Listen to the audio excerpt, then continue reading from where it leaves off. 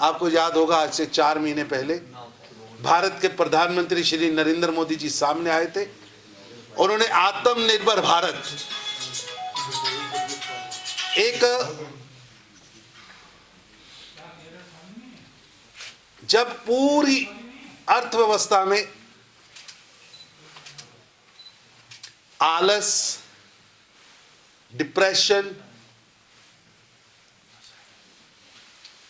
छाया हुआ था, ऐसे समय में उन्होंने आकर खड़े होकर कहा हमें आगे बढ़ना है और भारत को इस चुनौती में से रास्ता निकालना है।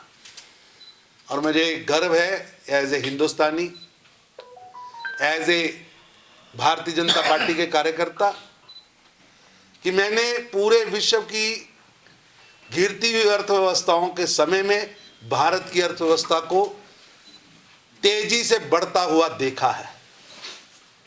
कि मुसीबत आई, पूरे विश्व पे आई, हम पे भी आई, लेकिन हम सामने आकर खड़े हुए।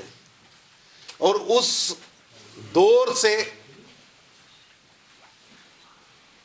जो 1 फरवरी का बजट प्रधानमंत्री श्री नरेंद्र मोदी जी की सरकार ने श्रीमती निर्मला सीतारमण जी के नेतृत्व में जो उन्होंने बजट लाया, वो बजट इस देश के गरीब की जो बेसिक नीड्स है, क्योंकि हमारी सरकार 2014 से लगातार गरीबों के लिए काम कर रही।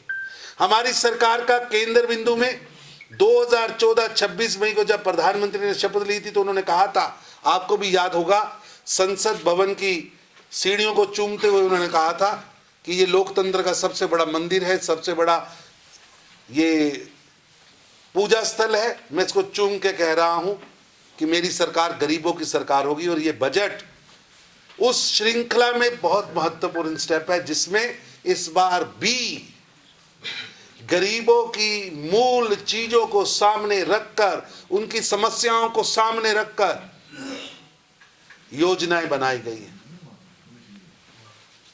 रोटी, कपड़ा, मकान, सेहत और विकास, इन सबको एड्रेस किया गया है।